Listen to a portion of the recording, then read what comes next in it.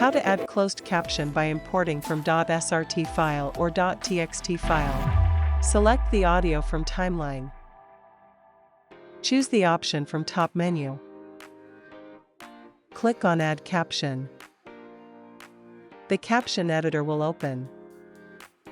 Click on Import Caption. Choose the caption file and click Open. Storyline automatically adjusts captions based on the course audio. We can synchronize the captions according to the audio. Click on Save and Close button. Click on Preview button. Wait to load the slide. Now you can click on Caption icon to enable caption. As you can see, the caption is imported and you may review the caption now.